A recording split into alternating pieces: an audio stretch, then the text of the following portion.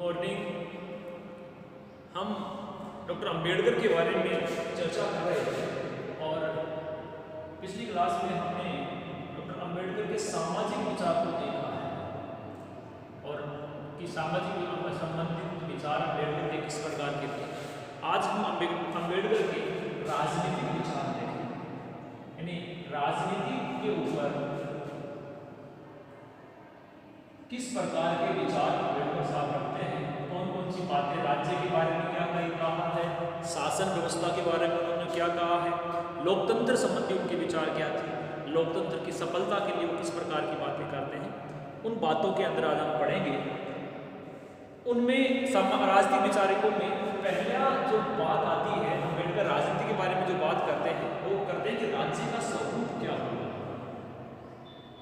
यानी राज्य के स्वरूप पर चर्चा करते हैं डॉक्टर अंबेडकर। इसके अंतर्गत क्या है?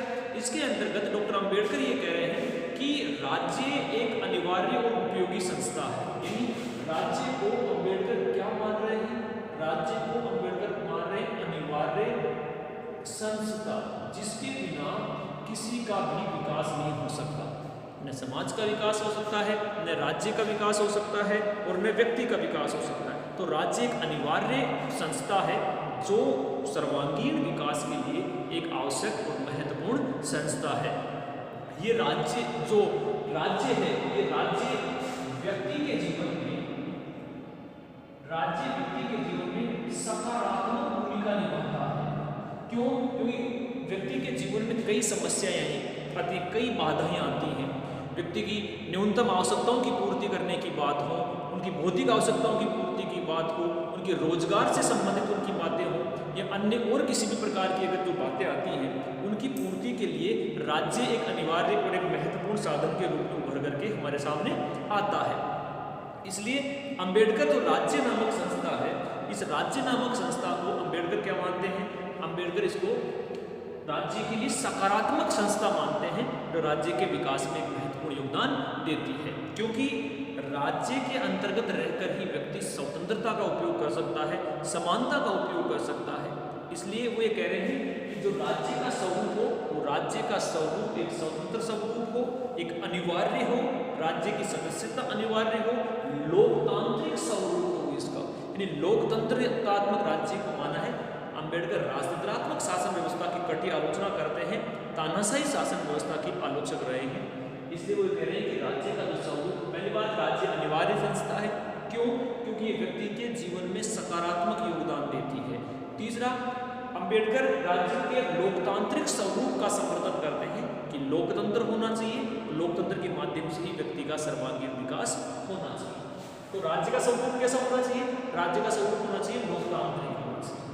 अब दूसरी बात कर रहे हैं किसकी? शासन का स्वरूप।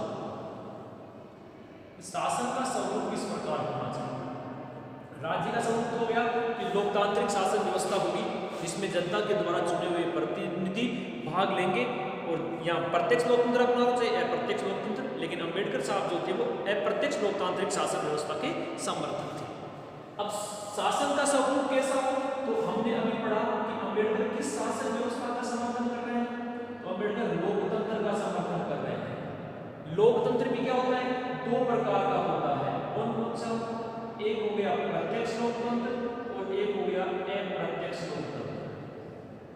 प्रत्यक्ष लोकतंत्र जिसमें जनता स्वयं भाग लेती है और अप्रत्यक्ष लोकतंत्र जिसमें जनता के द्वारा चुने हुए प्रतिनिधि भाग लेते हैं। ठीक है, तो प्रत्यक्ष लोकतंत्र और अप्रत्यक्ष लोकतंत्र, उसमें अंबेडकर किसका समर्थन कर रहे हैं? अंबेडकर समर्थन कर रहे हैं अप्रत्यक्ष लोकतांत्रिक शासन व्यवस्था। अब ये जो प्रतिनिधि शासक है, अप्रत्यक्ष शासन व्यवस्था है, इस अप्रत्यक्ष शासन व्यवस्था भी दो प्रकार की पाई जाती है। एक तो पाई जाती है संसदीय शासन व्यवस्था, जिसको हम संसदात्मक शासन व्यवस्था भी कहते हैं, और एक पाई जाती है अध्यक्षात्मक शासन व्यवस्था।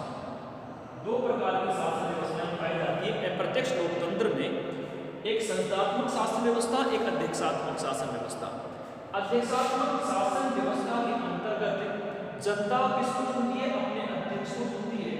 राष्ट्रपति के माध्यम से शासन होता है और और सारी की सारी शक्तियाँ किसमें होती हैं? सारी की सारी शक्तियाँ केंद्र में निहित होती है।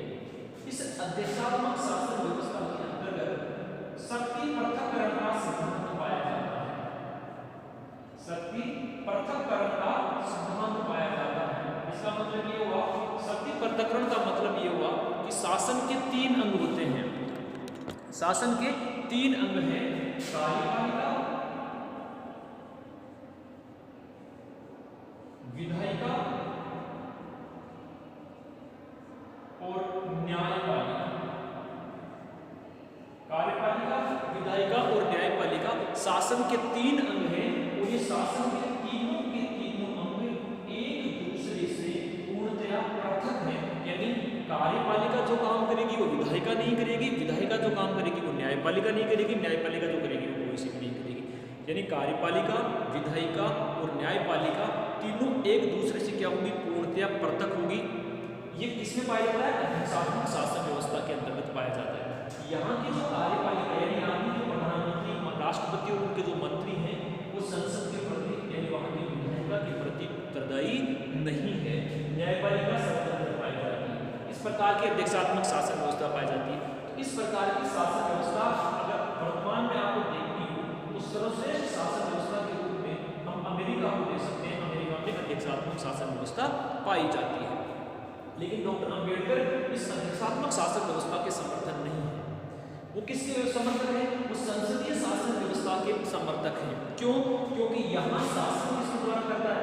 किया जाता है जनता के द्वारा चुने हुए प्रतिनिधियों के माध्यम से शासन होता है। यहाँ की जो कार्यपालिका है, एग्जीक्यूटिव है, यहाँ की जो कार्यपालिका है वो कार्यपालिका किसके प्रति जिम्मेदार है? सामूहिक रूप से विधायिका के प्रति जिम्मेदार है। विधायिका को हम संसद भी कहते हैं। यानी हमारी जो संसदीय शासन व्यवस्था है उसमें कार्यपालिका विधायिका के प्रति जिम्मेदार होती है, संसद के प्रति जिम्मेदार होती है। सबसे बड़ी बात ये होती है कि संस्थात्मक शासन व्यवस्था में जो प्रधानमंत्री और उसके मंत्री बनते हैं, काउंसिल ऑफ मिनिस्टर बनते हैं, प्रधानमंत्री और जो मंत्री होते हैं वो सारे किसके सदस्य होते हैं? वो विधायिका के यानी लोकसभा और राज्यसभा के सदस्य होते हैं। इसलिए हमारे संस्थात्मक शासन व्यवस्थाओं में विधायिका और कार्यपालिका लगभग एक ही होती है। विधायिका में से ही कार्यपालिका का चयन होता है, जबकि अध्यक्षात्मक शासन व्यवस्था में कार्यपालिका अलग से जनता के द्वारा चुनी जाती है, विधायिका अलग से जनता के द्वारा। इन दोनों का कोई मेल नहीं है। यानी यहाँ का राष्ट्रपति, अमेरिका का राष्ट्रपति वहाँ की संसद के प्रति जिम्मेदार नहीं है, उत्तरदायी नहीं है, जबकि हमारे भारत का प्रधानमंत्री संसद के प्रति सामूहिक रूप से जिम्मेदार है। संसद के बिना वो काम नहीं कर सकता। तो इस संसदीय शासन व्यवस्था के अंबेडकर साहब क्या समर्थक हैं और वो चाहते हैं कि भारत में संसदात्मक शासन व्यवस्था अपनाई जाए। क्यों अपनाई जाए? उसका भी कारण बता रहे हैं कि भारत की जनता अभी शिक्षित नहीं है, वो अभी भी जाति आधार पर भेदभाव हो रहे हैं, आज भी धर्म के नाम पर मतदान किया जाता है। तो अभी शिक्षित जागरूकता नहीं आई है, इसलिए क्या होती है, क्या करा जाए? संसदीय शासनाधार जनता पहले अपने प्रतिनिधि सुने, वो प्रतिनिधि मिलकर के फिर क्या करें? राष्ट्र का शासन करें। अब यहाँ ये क्यों नहीं अपना रहे हैं? क्योंकि यहाँ अंबेडकर साहब ये कह रहे हैं कि अगर अध्यक्षात्मक शासन व्यवस्था अपनाई जाएगी तो यहाँ का जो अध्यक्ष है, राष्ट्रपति है, वो तानाशाह बन सकता है। यानी कार्यपालिका का जो अध्यक्ष है वो तानाशाह बन सकता है। लेकिन यहाँ संसदीय शासन व्यवस्था में जो कार्यपालिका का मुखिया है, जिसको हम प्रधानमंत्री कहते हैं, वो कभी भी तानाशाह नहीं बन सकता। क्यों नहीं बन सकता? क्योंकि यदि उसने तानाशाही रूप से मनमर्जी का शासन करने की कोशिश की, ताकत के दम पर डरा धमका कर शासन करने की कोशिश की, तो हमारी संसद उन्हें क्या कर सकती है? पद से हटा सकती है, अविश्वास प्रस्ताव ला सकती है। फिर इस संसदीय शासन व्यवस्था में ये कह रहे हैं कि एक न्यायपालिका होगी, और ये न्यायपालिका क्या होगी? पूर्ण रूप से स्वतंत्र होगी। हमारी सरकार के 3 अंग होते हैं, कार्यपालिका, विधायिका और न्यायपालिका। तो ये कह रहे हैं कि कार्यपालिका और विधायिका तो एक दूसरे से संपर्क में रहेगी। इसके अलावा जो न्यायपालिका है, ये न्यायपालिका पूर्णतः क्या रहेगी? स्वतंत्र रहेगी। यदि कार्यपालिका और विधायिका जनता के अधिकारों का उल्लंघन करने की कोशिश करती है या अन्य किसी प्रकार का अत्याचार करने की कोशिश हमारी विधायिका कार्यपालिकाएं करती हैं, तो हमारी न्यायपालिका क्या कर सकती है? उनके कार्यों के ऊपर रोक लगा सकती है। यानी न्यायपालिका संसद के द्वारा बनाए गए कानूनों की व्याख्या कर सकती है, इन कानूनों को लागू होने से रोक सकती है। इसलिए अंबेडकर क्या कर रहे हैं? अंबेडकर ये कह रहे हैं कि शासन को निरंकुशता से बचाने के लिए, तानाशाही से बचाने के लिए और एक जनता के प्रति उत्तरदायी सरकार का गठन करने के लिए हमें किस प्रकार की शासन व्यवस्था अपनानी है? हमें संसदीय शासन व्यवस्था अपनानी है, जिसमें जनता के द्वारा चुने हुए प्रतिनिधियों के माध्यम से शासन होता है और सरकार पूर्णतः किसके प्रति जिम्मेदार है? जनता के प्रति जिम्मेदार है। इसमें हर 5 साल पे चुनाव होंगे। अगर सरकारों ने जनता के प्रति कार्य नहीं किया तो सरकार जनता क्या करेगी? आने वाले चुनाव में उन्हें पद से हटा देगी। इसलिए अंबेडकर संसदात्मक शासन व्यवस्था की क्या है? समर्थक है। एक बात तो हुई ये। अब जो अगला जो विचार आता है, राज्य का स्वरूप लोकतांत्रिक हो गया, शासन का स्वरूप संसदात्मक शासन व्यवस्था हो गई। तीसरा जो विचार आता है राजनीतिक विचारों में अंबेडकर साहब का, वो आता है लोकतंत्र का विचार। यानी लोकतंत्र किस प्रकार का होना चाहिए और लोकतंत्र सफल किस प्रकार हो सकता है, तो लोकतंत्र पर भी अंबेडकर विचार करते हैं। तो हमने पहले कह दिया, हम भीमराव अंबेडकर लोकतांत्रिक शासन व्यवस्था के समर्थक हैं। राजतंत्र और तानाशाही की बात कर लीजिए या और किसी प्रकार के जो शासन व्यवस्था है का अंबेडकर समर्थन नहीं करते। अंबेडकर ये कहते हैं कि लोकतंत्र की 2 धाराएं चलती हैं, एक पश्चिमी धारा, एक भारतीय एशियाई धारा। वो अंबेडकर ये कह रहे हैं कि पश्चिमी लोकतंत्र है, अंबेडकर पश्चिमी लोकतंत्र के बिल्कुल आलोचक हैं, क्योंकि पश्चिमी लोकतंत्र में पूर्णतः क्या होता है? खुलापन पाया जाता है, बाजार अर्थव्यवस्था पाई जाती है, राज्यों का जनता पर बहुत कम नियंत्रण है, मुक्त बाजार अर्थव्यवस्था पाई जाती है। इसलिए अंबेडकर कह रहे हैं कि पश्चिमी लोकतंत्र को नहीं अपनाना, बल्कि किसको अपनाना है? हमें तो लोकतंत्र का अर्थ ये कहते हैं कि लोकतंत्र का अर्थ केवल शासन करना नहीं है, बल्कि जनता के सभी वर्गों का क्या करना है? सर्वांगीण विकास करना है। कि ये नहीं कि प्रधानमंत्री बन गया, राष्ट्रपति बन गया, मुख्यमंत्री बन गया और जनता के द्वारा चुने हुए प्रतिनिधि शासन कर रहे हैं तो वो लोकतंत्र है। नहीं, अंबेडकर ये कह रहे हैं कि लोकतंत्र किसी शासन करने की कला नहीं है। लोकतंत्र तो वो शासन व्यवस्था है जिसमें जनता के समस्त वर्गों का सामाजिक, आर्थिक, राजनीतिक, सांस्कृतिक यानी सर्वांगीण विकास किया जाए, सभी पक्षों को बराबर महत्व दिया जाए। अंबेडकर ये कह रहे हैं कि लोकतांत्रिक शासन प्रणाली वो शासन प्रणाली है जिसमें बिना रक्तपात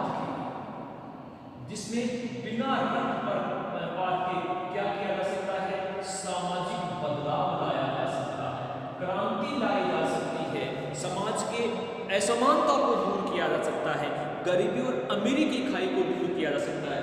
किसके माध्यम से? लोकतांत्रिक शासन व्यवस्था के माध्यम से। इसलिए अंबेडकर ये कह रहे हैं कि लोकतंत्र एक जीने की कला है, लोकतंत्र एक जीवन जीने की शासन विधि है। इसलिए वो क्या कह रहे हैं कि लोकतंत्र शासन व्यवस्था एक ऐसी शासन व्यवस्था है जिसमें बिना रक्तपात के, बिना हिंसक कार्रवाई के सामाजिक परिवर्तन लाया जा सकता है, ऊंच नीच को समाप्त किया जा सकता है, जातिगत जो भेदभाव है उस जातिगत भेदभाव को समाप्त किया जा सकता है। तो लोकतंत्र एक ऐसी शासन व्यवस्था है जो बिना रक्तपात के सामाजिक परिवर्तन लाती है। लेकिन अंबेडकर साहब ये कह रहे हैं कि भारत में जिस प्रकार का लोकतांत्रिक शासन व्यवस्था पाई जाती है उसमें बहुत अधिक परिवर्तन, बहुत अधिक बदलाव की आवश्यकता है। क्यों? क्योंकि भारत अभी नव स्वतंत्र हुआ है। भारत में सामाजिक आधार पर, धार्मिक आधार पर, सांस्कृतिक आधार पर बहुत भेदभाव किया जाता है। आज भी भारत में जातिगत भेदभाव किया जा रहा है। साक्षरता की जो दर है वो नाम मात्र की है। महिला साक्षरता तो अभी 5% के आसपास ही थी उस समय जब हम आज़ाद हुए। तो हमारी स्थिति बहुत कमज़ोर है। तो अंबेडकर साहब करें कि लोकतंत्र की सफलता के लिए कुछ आवश्यक शर्तें हैं जिनको अगर सरकारें पूरा कर दे तो भारत का लोकतंत्र सफल हो सकता है। क्या?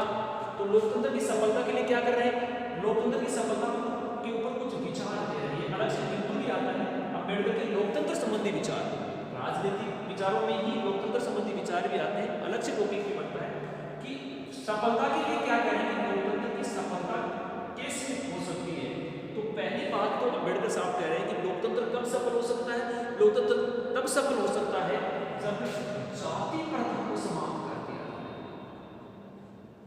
यानी लोकतंत्र की सफलता की पहली शर्त है जाति प्रथा को समाप्त किया जाए, क्योंकि भारत में ऊंच और नीच का जो भेदभाव था वो बड़े गहरे रूप से व्यापक था।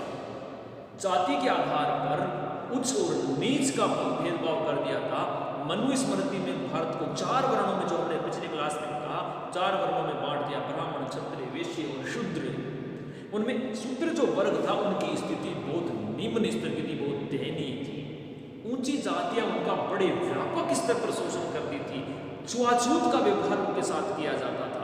तो ये कह रहे हैं कि पहले जाति प्रथा को समाप्त करो, क्योंकि जब जाति प्रथा समाप्त होगी तो भारतीय मतदाता जाति के नाम पर जो अपने उम्मीदवारों को वोट देता है वो वोट नहीं देगा।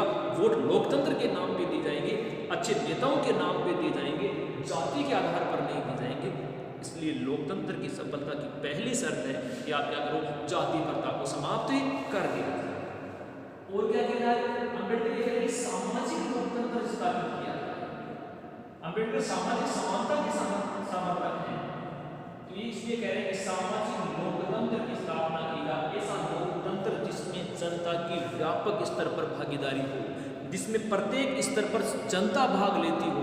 ये नहीं कि एक बार नेता को चुन लिया और 5 साल तक नेता फिर जनता के प्रति कोई उत्तरदायी नहीं है। ये कह रहे हैं कि नेता और जनता के बीच एक ऐसा संबंध स्थापित किया जाए कि समय समय पर नेता और जनता के बीच संवाद हो, नेता जनता की समस्त मांगों को पूरा करने की कोशिश करें जो उनकी उचित मांगे हैं। इसलिए अम्बेडकर कह रहे हैं कि लोकतंत्र की सफलता के लिए दूसरी शर्त है सामाजिक जो लोकतंत्र है उस सामाजिक लोकतंत्र की स्थापना की जाए, न केवल लोकतंत्र बल्कि सामाजिक लोकतंत्र की स्थापना की जाए। तीसरा क्या है, बहुदलीय निर्वाचन, यानी ये कह रहे हैं कि एक दलीय या द्विदलीय शासन व्यवस्था नहीं होनी चाहिए कि किसी देश में एक ही राजनीतिक पार्टी हो, जैसे चीन में पाई जाती है कम्युनिस्ट पार्टी, या न कि 2 ही राजनीतिक पार्टियां होनी चाहिए जैसे अमेरिका और ब्रिटेन में पाई जाती है। अमेरिका में रिपब्लिक और डेमोक्रेटिक नाम की 2 पार्टियां पाई जाती है, ब्रिटेन में कंजर्वेटिव और रिप्रेजेंटेटिव यानी लेबर पार्टी पाई जाती है। जबकि अम्बेडकर ये कह रहे हैं कि अगर एक दलीय और 2 दलीय ही सरकार रहेंगे, निर्वाचन रहेंगे, तो वहां पर 1 या 2 पार्टियां ही बारी बारी से शासन करेंगी। जैसे अमेरिका एक बार 4 साल के लिए डेमोक्रेटिक राष्ट्रपति बन जाता है, 4 साल के लिए रिपब्लिकन राष्ट्रपति बन जाता है। तो अम्बेडकर कह रहे हैं कि ये तो आपस में क्या कर सकते हैं, सांठगांठ भी कर सकते हैं, आपस में मिल भी सकते हैं, समझौता भी कर सकते हैं। इसका मतलब ये जनता के प्रति उत्तरदायी नहीं है। इसलिए अम्बेडकर कह रहे हैं कि बहुदलीय शासन व्यवस्था होनी चाहिए, यानी बहुत सारे राजनीतिक दलों को चुनाव में भाग लेने की अनुमति होनी चाहिए। इससे क्या होगा, जो निम्न जातियां हैं, जो कमजोर वर्ग हैं, जो संख्या में कम हैं, वो भी क्या आएंगे, चुनाव जीत करके संसद में पहुंचेंगे, लोकतंत्र में उनकी भी भागीदारी होगी। क्यों? क्योंकि बड़ी राजनीतिक पार्टियां, जैसे भारत की बात करें तो कांग्रेस और बीजेपी, अगर ये 2 ही पार्टियां हों तो ये निम्न जाति के जो लोग हैं, जो दलित वर्ग हैं, उनको सीट कभी टिकट नहीं देगी, और जिनकी संख्या कम है, जो नामात्र की संख्या में, उनको नहीं देगी, क्योंकि उन्हीं को देंगी जो जीतने वाले उम्मीदवार हैं, और जो संख्या में कम है वो जीत नहीं पाएंगे। क्यों? क्योंकि भारत में तो आप किसके आधार पर मतदान कर रहे हो, आप जाति के आधार पर मतदान कर रहे हो, आप धर्म के आधार पर मतदान कर रहे हो। और जब टिकट देते हैं राजनीतिक पार्टियां, उसमें भी किसको ध्यान में रखते हैं, अपनी संख्या को ध्यान में रखते हैं कि किस क्षेत्र में किस जाति की जनसंख्या ज़्यादा है, उसी को वोट देने की, टिकट देने की कोशिश करते हैं। इसलिए अम्बेडकर ये कह रहा है कि बहुत सारी राजनीति यानी बहुदलीय शासन व्यवस्था होनी चाहिए, बहुत सारे राजनीतिक दलों को किस में शामिल किया जाए, चुनाव में शामिल किया जाए, ताकि सभी वर्गों का उचित प्रतिनिधित्व संसद तक पहुंच सके। इसलिए लोकतंत्र की सफलता के लिए तीसरी जो आवश्यक शर्त मानते हैं अम्बेडकर साहब, वो मानते हैं कि बहुदलीय निर्वाचन प्रणाली होनी चाहिए। और क्या होना चाहिए, इसके लिए कह रहे हैं कि मजबूत विपक्ष होना चाहिए। विपक्ष जो है वो ताकतवर होना चाहिए, मजबूत होना चाहिए। क्यों? क्योंकि एक तरफ सत्ता पक्ष है, एक तरफ विपक्ष है। सत्ता पक्ष का काम है सरकार की योजनाओं को जनता तक पहुंचाना, कानून बनाना, नियम बनाना, ये सत्ता पक्ष का काम है, ये सरकार का काम है। तो विपक्ष क्या करेगी? विपक्ष का काम है सरकार के द्वारा किए जाने वाले कार्यों की निगरानी रखना, कि सरकार काम जो कर रही है वो उचित कर रही है कि नहीं कर रही है। अगर सरकार गलत काम कर रही है, जनता के हित में काम नहीं कर रही है, संविधान के विपरीत कानून बनाने की कोशिश कर रही है, तो जनता में जागृति फैलाने का, लोगों को जागरूक करने का जो काम है वो किसका है? वो काम है विपक्ष का। इसलिए विपक्ष क्या होना चाहिए? मजबूत। भारतीय राजनीति का एक दुर्भाग्य रहा है कि 1947 से लेकर के 1977 तक भारत में एक दलीय कांग्रेस पार्टी की सरकार रही, इसलिए विपक्ष मजबूत नहीं रहा। सरकार ने चाहे जैसे नियम बनाए, कोई कहने वाला नहीं था। वर्तमान समय में देख लो, वर्तमान में अगर 2014 से लेकर के वर्तमान 2020 तक की अगर हम बात करें, 2021 तक की हम बात करें, तो बीजेपी एक दलीय पार्टी के रूप में उभर करके सामने आई है और विपक्ष क्या है, मजबूत कमजोर विपक्ष की स्थिति है। इसलिए क्या है, सरकार चाहे जैसे कानून बना देती है, विपक्ष के पास संख्या नहीं होती और संख्या बल कम होने के कारण क्या होता है, वो सरकार के ऊपर रोक नहीं लगा सकते। जैसे मोदी जी चाहे जो करें, जब चाहे नोटबंदी कर दें, कोई कहने वाला नहीं है। क्यों? क्योंकि विपक्ष कमजोर है, विपक्ष के पास संख्या नहीं है। दूसरा, कभी चाहे वो जीएसटी लगा दो, कृषि कानून बना दो। आज किसान दिल्ली की सड़कों पर बैठे हुए हैं, लगभग 40 दिन से बैठे हुए हैं, लेकिन सरकार उनकी बात नहीं सुन रही। क्यों नहीं सुन रही? क्योंकि विपक्ष है ही नहीं। 50-60 लोग विपक्ष के हैं जो भी एकजुट नहीं है, उनमें भी आपसी फूट है। इसलिए अम्बेडकर ये कह रहे हैं कि लोकतंत्र तभी सफल हो सकता है जब विपक्ष मजबूत हो, सत्ता पक्ष के साथ साथ विपक्ष की संख्या में लगभग बराबर हो, तो जाकर के विपक्ष, सरकार को क्या रहेगा, डर रहेगा कि अगर हमने जनता के प्रति काम नहीं किया तो सरकार हमारी गिर जाएगी, विपक्ष क्या होगा, हावी हो जाएगा। इसलिए जो मजबूत विपक्ष है वो लोकतंत्र की सफलता के लिए आवश्यक है। फिर वो क्या करें, प्रशासन, जो सरकार कर्मचारी है, प्रशासन राजनीतिक रूप से तटस्थ है। यानी सरकारी जो कर्मचारी है उनका राजनीति से कोई लेना देना नहीं। हमारा संविधान ये कहता है कि राजनीति और सरकारी कर्मचारियों का, प्रशासनिक कर्मचारियों का कोई मेल नहीं है। लेकिन इसे हम भारत का दुर्भाग्य कहें कि आज भारत में अधिकांश जो सरकारी कर्मचारी हैं, चाहे वो आईएएस हो, चाहे वो आईपीएस हो, चाहे वो और कर्मचारी हो, वो किसी न किसी राजनीतिक विचारधारा से जुड़े हुए हैं। दूसरा, राजनीति का भी हमारे प्रशासन में, हमारे सरकारी जो क्षेत्र है उनमें इतना हस्तक्षेप है कि आज तो एक चपरासी तक का ट्रांसफर करने की एमएलए एमपी सिफारिशें करते हैं। ट्रांसफरों में भारी भ्रष्टाचार होता है, पैसे लेकर के क्या किया जा रहा है, ट्रांसफर किए जा रहे हैं, तबादले किए जा रहे हैं। यहाँ तक कि कांग्रेस के शासनकाल में बीजेपी के कर्मचारियों का ट्रांसफर कर दिया जाता है और बीजेपी के शासनकाल में कांग्रेस का ट्रांसफर कर दिया जाता है, कर्मचारियों का ट्रांसफर कर दिया जाता है। इसका मतलब क्या हुआ कि जो प्रशासन है वो राजनीतिक रूप से तटस्थ नहीं है। और जब तक ये तटस्थ नहीं, आप देखा करो, जब सरकारें बदलती हैं, सरकार बदलने के साथ ही व्यापक रूप से आईएएस, आईपीएस, आरएस के ट्रांसफर हो जाते हैं, मुख्य सचिवों को तबादला कर दिया जाता है, सचिवों का ट्रांसफर कर दिया जाता है, यहाँ तक कि पुलिस कर्मियों का बेचारों का ट्रांसफर कर देते हैं, टीचरों का ट्रांसफर कर दिया जाता है। क्यों? क्योंकि इसमें राजनीतिक हस्तक्षेप है, सरकारें अपने पक्ष के लोगों को अपने पास लाना चाहती हैं। इसलिए अम्बेडकर कह रहा है कि अगर ऐसी व्यवस्था रही तो लोकतंत्र सफल नहीं होगा। मैं सरकारी कर्मचारी हूँ, मेरी किसी राजनीतिक पार्टी के साथ विचारधारा बनी हुई है तो मैं उसी के पक्ष में काम करूंगा, मैं जनता के पक्ष में काम थोड़ी करूंगा। इसलिए अम्बेडकर कह रहा है कि प्रशासन जो है वो पूर्ण रूप से राजनीतिक रूप से क्या होना चाहिए, तटस्थ होना चाहिए, उसका सरकारी कामों में किसी प्रकार का हस्तक्षेप नहीं होना चाहिए। और क्या कह रहे हैं अम्बेडकर, ये कह रहा है कि व्यक्ति पूजा, सबसे महत्वपूर्ण व्यक्ति पूजा की समाप्ति। ये अविकसित जो देश हैं, विकासशील देश है, गरीब राष्ट्र है, उनकी एक बहुत बड़ी समस्या है कि वहां पर व्यक्ति पूजा होती है। अर्थात एक व्यक्ति के व्यक्तित्व से प्रभावित होकर के जनता भारी संख्या में उन्हें वोट देती है और उसे भगवान के रूप में पूजने लग जाती है। फिर वही क्या हो जाता है, तानाशाह। यानी हम, जिसे मैं उदाहरण बता रहा हूँ कुछ, प्रारंभिक समय में पंडित जवाहरलाल नेहरू 1947 से लेकर के 1964 तक, जब तक वो जिंदा रहे, नेहरू जी के नाम पर कांग्रेस को वोट मिले कि कौन है प्रधानमंत्री, ना जात पर ना पात पर वोट कांग्रेस के नाम पर। यानी हमने नेता नहीं देखे कि किसको प्रधानमंत्री बनाना है, नेहरू जी को प्रधानमंत्री बनाना है। इसलिए पहले 3 चुनाव में हमने भारी संख्या में नेहरू के नाम पे वोट दे दिए। यानी नेहरू को हमने क्या बना दिया, नेहरू को लोकतंत्र और जनता से बहुत ऊपर बना दिया। उसके बाद जब इंदिरा गांधी प्रधानमंत्री बनी तो हमने इंदिरा के नाम पर, कि वोट किसके नाम पर देने हैं, हमें तो इंदिरा गांधी के नाम पर देना है। Indira is India, India is Indira, Bharat ही इंदिरा है, इंदिरा ही भारत है, ऐसे नारे चले। उसके बाद में राजीव गांधी के नाम पर, उसके बाद में अटल जी के नाम पर, और वर्तमान में देखो किसके नाम पर, हर हर मोदी घर घर मोदी। यानी हम किसके नाम पर, ना जात पर ना पात पर, वोट मोदी के नाम पर। यानी अरे हमें तो एमएलए चुनना है, मोदी जी को थोड़ी चुनना है, हमें तो एमपी चुनना है, वो मिलकर के प्रधानमंत्री बनाएंगे।